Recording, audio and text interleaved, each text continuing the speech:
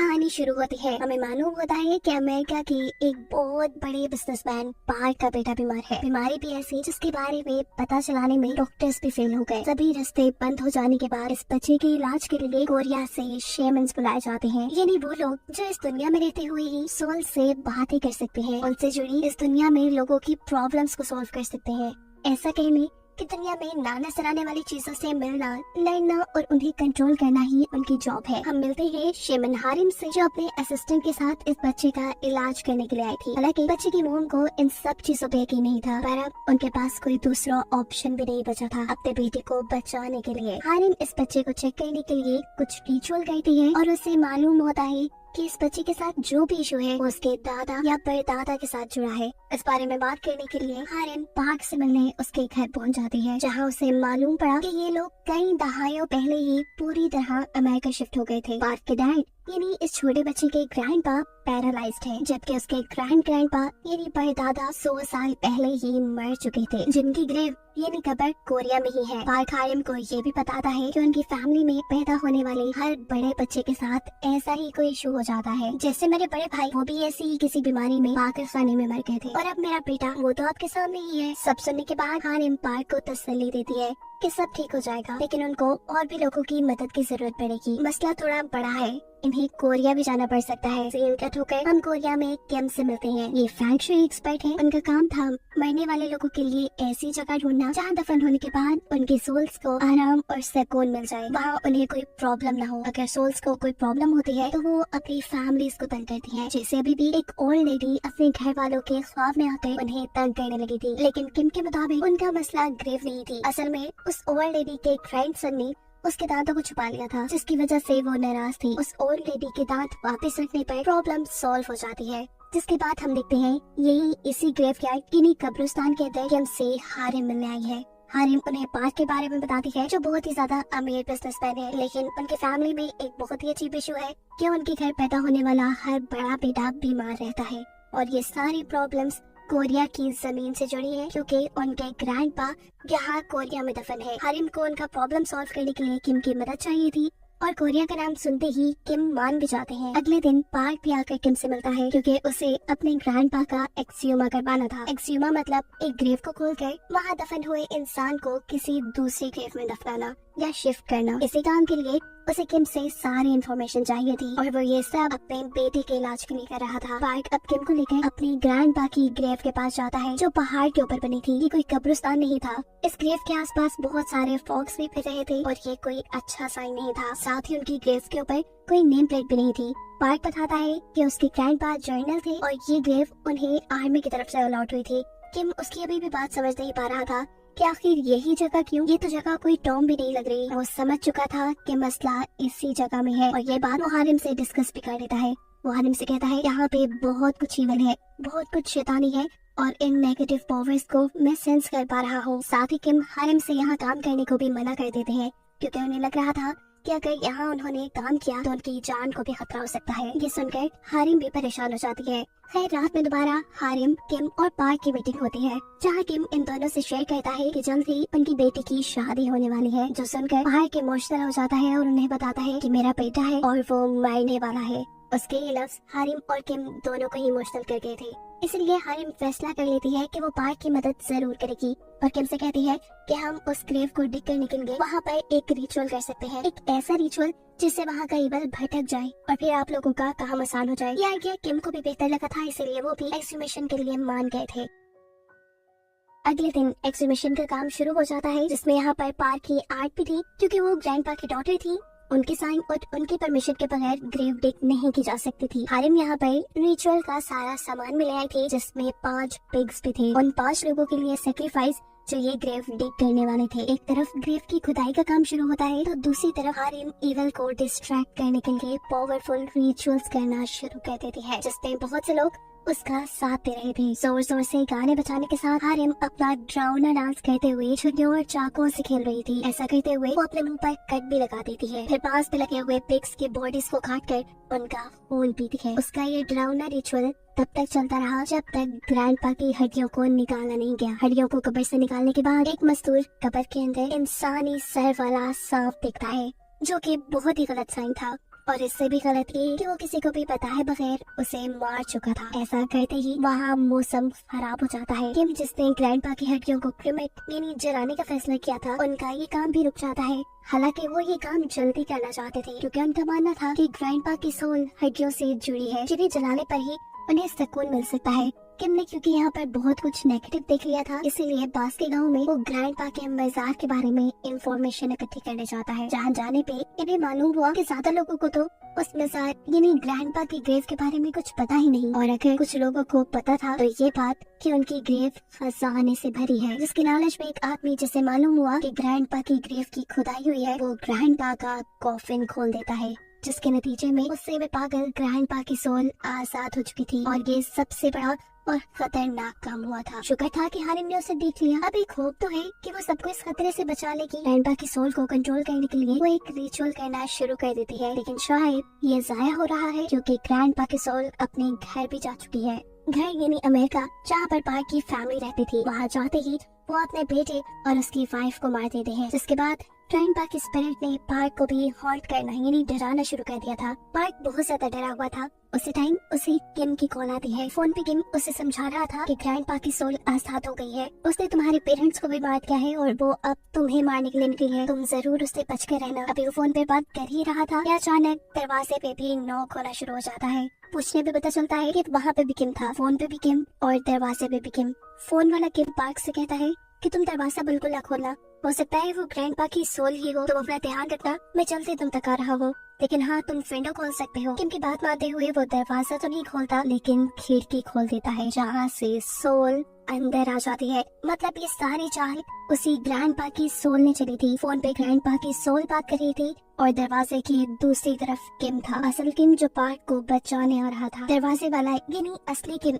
जब होटल के स्टाफ से चाबी लेकर पार्क के रूम के अंदर जाता है तो देखता है कि पार्क पूरी तरह सोल से पोसेस हो चुका था। पोसेस हुए पार्क के जरिए ग्रैंडपा किम को बताते हैं कि वो अपनी फैमिली के ही पीछे क्यों पड़े हैं। असल में जब अमेरिका और जापानीज के दरमियान में वॉर शुरू हुई थी तो ग्रैंडपा ने अपने ही लोगों के साथ गद्दारी करके बहुत पैसा कमाया और उसी पैसे की वजह से उनकी पूरी फैमिली अमेरिका जाकर बस गई। लेकिन जिनकी वजह से वो अमीर हुए उनका स्टेटस चेंज हुआ, उनको कभी इन लोगों ने आकर पूछा ही नहीं, न कभी इनकी ग्रेव्स पे आए, न प्रे की उनके लिए। इसी वजह से वो इतना गुस्सा थे कि उनकी आंखों के सामने ही वो आप पोजेस हुए पार्क को जान से मार देते हैं। मरते मरते पार्क किम से कहकर जाता है कि किसी बड़े जानवर ने जैसे शेर ने एक लोमड़ी की हड्डी निकाली है। इस बात का मतलब किम को बिल्कुल नहीं समझ आया था, लेकिन अब ग्रैंडपा के सोल पार्क को मारने के बाद अपनी बेटी और पार्क के बेटे को मारने के लिए निकल चुके थे। उनको रोकने का किम के पास सिर्फ एक ही तरीका था कि वो हारिम से कहें कि ग्रैंडपा की हड्डियों को जला दो, लेकिन हड्डियों को जलाने के लिए ग्रैंडपा की बेटी की परमिशन चाहिए थी। किम फौरन उन्हें कॉल करता है और उन्हें बताता है कि ग्रैंडपा की सोल अब उस छोटे बच्चे को मारने के लिए जा रही है जिसका कोई कसूर नहीं। उसकी जान बचाने के लिए हमें ग्रैंडपा की हड्डियों को जलाना पड़ेगा, एक्सट्रीमेशन के बजाय, यानी किसी और कब्र में दफनाने के बजाय, जिसके लिए ग्रैंडपा की बेटी मान जाती है और ग्रैंडपा की हड्डियों को जला दिया जाता है। ऐसे हड्डियां जलने के साथ ही ग्रैंडपा की सोल खत्म हो जाती है और इन सब को आजादी मिल जाती है। लेकिन कहानी ग्रैंडपा की सोल तक ही खत्म नहीं हुई थी। इस कहानी में अभी एक बहुत बड़ा ट्विस्ट है।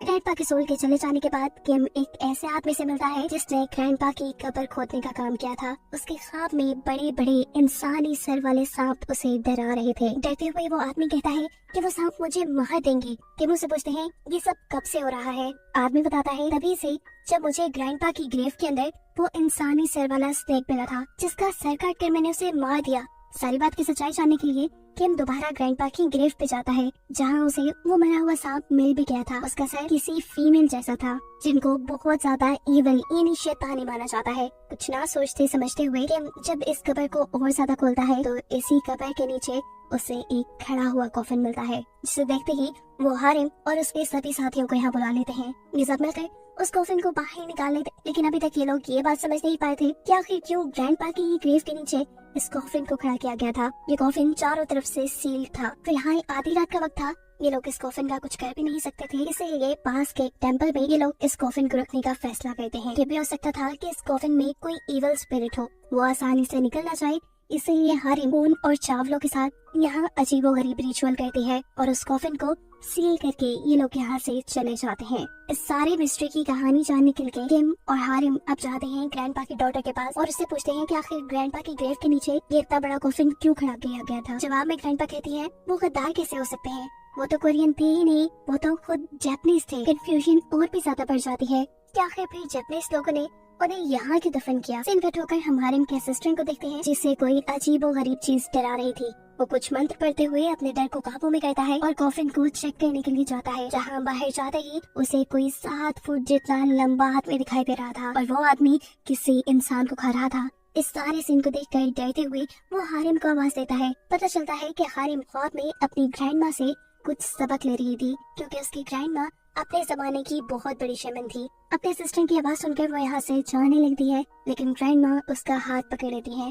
ऐसे जैसे उन्होंने कोई बहुत बड़ा खतरा देख लिया हो। लेकिन फिर भी हारिम उठकर बाहर जाती है जहाँ उसका असिस्टेंट डरा हुआ था। ये दोनों साथ मिलकर उस कॉफिन को देखते हैं जो अब खुला हुआ था और खाली था। मतलब हारिम के असिस्टेंट ने जो 7 फुट का आदमी या भूत देखा था वो इसी कॉफिन से बाहर आ चुका था। यहाँ कॉफिन में ही एक हेलमेट भी मौजूद था जो कि किसी सैमुराई या जर्नल का होता है। ये लोग समझ जाते हैं कि जरूर इस कॉफिन में जो कोई भी था वो एक सैमुराई था, एक सोल्जर था। इतनी देर में इस रूम के बाहर वो जर्नल भी आ जाता है जो इस कॉफिन से निकला होगा। हारिम उसे देखते ही छुप जाते हैं और वो जर्नल पूछता है क्या इस रूम में कोई इंसान है। हारिम ना में जवाब देती है और कहती है मैं तो इंसानों की गुलाम हूँ और एक ट्री स्पिरिट हूँ। फिर वो जर्नल का भूत से पूछता है क्या तुम्हारे पास मेरी पसंद का खाना है। हारिम माफी मांगते हुए उससे ना में जवाब देती है और इस टाइम जर्नल जान जाता है कि रूम के अंदर कोई इंसान ही है। इससे पहले कि वो हारिम पर हमला कर देता, उसका असिस्टेंट आकर उसे बचा लेता है और जर्नल पे भी एक नेज़े से हमला करता है। लेकिन इस हमले का उसके ऊपर जरा फर्क नहीं पड़ा था। साफ मतलब था कि वो जर्नल बहुत ही खतरनाक भूत में बदल चुका है, क्योंकि अब वो असिस्टेंट को पकड़कर उसके पेट में अपना हाथ स्टेप करता है और उसकी बॉडी दरमियान से चीरकर फेंक देता है। इससे पहले कि अब ये भूत हारिम को मार देता, किम और उसका असिस्टेंट यहाँ आ जाते हैं और इस मर्तबा इस भूत को देखकर इन दोनों की भी हालत बुरी तरह खराब हो चुकी थी, क्योंकि आज से पहले उन्होंने कभी ऐसा भूत नहीं देखा था। एक सेकंड गुजरता है और इस भूत को मुर्गे की भांग सुनाई देती है। मतलब सुबह होने वाली थी और ये सोचते हुए वो एक आग का गोला बनकर यहाँ से उड़ जाता है। अभी के लिए ये लोग इतनी बात जान गए थे कि ये भूत जो भी है ये रात में तो पूरी ताकत में होता है, लेकिन सुबह में ये अपनी ताकतों का इस्तेमाल नहीं कर सकता। पता चलता है भूत ने हारिम के जिस असिस्टेंट को दरमियान से चीरकर फाड़ दिया था उसकी सांसें अभी भी चल रही थी, यानी वो पूरी तरह मरा नहीं था, इसीलिए उसे हॉस्पिटल एडमिट करवा दिया जाता है। और किम अब जाते हैं उसी ग्रेव पे जहाँ से ये सब शुरू हुआ था, क्योंकि अब इसे बंद करना, इस कहानी को खत्म करना बहुत जरूरी था। यहाँ वो आसपास के लोगों से मिलते हैं, कुछ पता चलाते हैं, लेकिन खास इन लोगों को कुछ मालूम नहीं होता। दोबारा ये लोग हॉस्पिटल आ जाते हैं जहाँ इन्हें मालूम पड़ता है कि हारिम के असिस्टेंट को होश आ गया है। होश में आने पे उसकी आंखें अजीब थी और ये देखते हुए हारिम और किम को ये पता चल चुका था कि वो पोसेस्ड है। उस बड़े से जर्नल के भूत ने इसे अपना गुलाम बना लिया था और इसी के जरिए इन्हें ये बात पता चलती है कि वो जर्नल का भूत यहाँ पे किसी चीज की हिफाजत कर रहा है। किस चीज की, ये बात हारिम का असिस्टेंट उन्हें नहीं बताता। इन सारी बातों का पता चलाने के लिए किम दोबारा ग्रेव पे जाता है। वो ग्रेव को खोलकर अपने सवालों का जवाब जानना चाहता था कि आखिर यहाँ ऐसा क्या है जिसकी वो डीमन हिफाजत कर रहा था। इन्हें यहाँ वही 7 फुट लंबा जर्नल का भूत ही नजर आता है। इसे देखकर वो ये बात पता चला लेते हैं कि रात में ये भूत कहीं पर भी चला जाए, दिन में ये भूत यही रहता है, जरूर उसी चीज की हिफाजत करने के लिए जिसके बारे में इन्हें मालूम नहीं। यहाँ खड़े खड़े ही किम को मरते हुए पार्क की एक बात याद आती है। उसने कहा था कि फॉक्स ने टाइगर की रीढ़ की हड्डी पे वार किया है। कोरिया का मैप बिल्कुल टाइगर की तरह दिखता है, यानी टाइगर तो हो गया कोरिया। अब सीन ये था कि कोरिया को खत्म करने के लिए बहुत से मेटल रॉड्स जमीन में दबाए गए थे, जो कि जापानीज रिचुअल के मुताबिक कोरिया की पॉजिटिव और नेगेटिव एनर्जी को डिस्टर्ब करके कोरिया को खत्म कर देते। इन रॉड्स के बारे में कोरियन शेमन्स को पता चल गया और उन्होंने इन रॉड्स को निकालना शुरू कर दिया। इन लोगों को कोरिया के लोगों ने ग्रेव थीव्स कहा, लेकिन अब एक रॉड वो जमीन से नहीं निकाल पाए क्योंकि उस रॉड को जैपनीज ने अपने जर्नल की बॉडी में दफना दिया था, एक ऐसे रिचुअल के जरिए जिसमें मरे हुए एक बहादुर इंसान की बॉडी को काट कर उसमें मेटल रॉड रखा जाता है और साथ ही बहुत से इंसानी ऑर्गन्स का भी इस्तेमाल किया जाता है इस रिचुअल को पूरा करने में। इस सारे प्रोसेस के लिए जर्नल की बॉडी को इसलिए इस्तेमाल किया गया क्योंकि जर्नल बहुत बहादुर थे, मरने के बाद भी उनकी सोल इस रॉड की हिफाजत करती। अब वो जर्नल जो कि भूत बन चुका था, जिसकी बॉडी में वो मेटल रॉड था, उसकी कॉफिन को इसीलिए वर्टिकल खड़ा किया गया था क्योंकि कोरिया में लगने वाले बाकी सभी रॉड्स भी वर्टिकल खड़े थे। अब कोई उस रॉड को या जर्नल की बॉडी को न ढूंढ पाए, उसके ऊपर पार्क के ग्रैंडपा की बॉडी को दफना दिया गया, क्योंकि वो भी एक जर्नल थे। साफ लफ्जों में कहें तो जब कोरिया और जापानीज के दरमियान जंग चल रही थी तो लोगों ने जादू मंत्रों के जरिए भी एक दूसरे को हराने की, दबाने की कोशिश की। जैसे ही इन लोगों को इस सारी बातों की खबर मिलती है तब तक काफी देर हो चुकी थी। अब रात का वक्त हो चुका था और वो जर्नल जिसके अंदर मेटल रॉड था उसके उठने का भी वक्त हो गया था।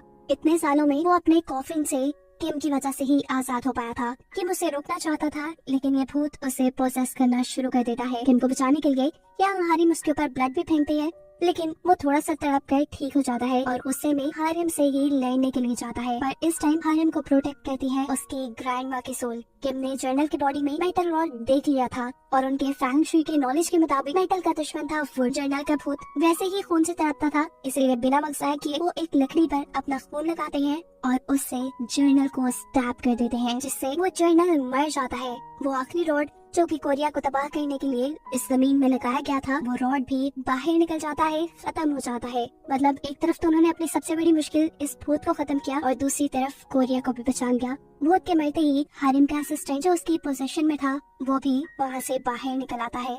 इनके सारे मिशन अब पूरे हो चुके थे। ये लोग अब सेफ थे।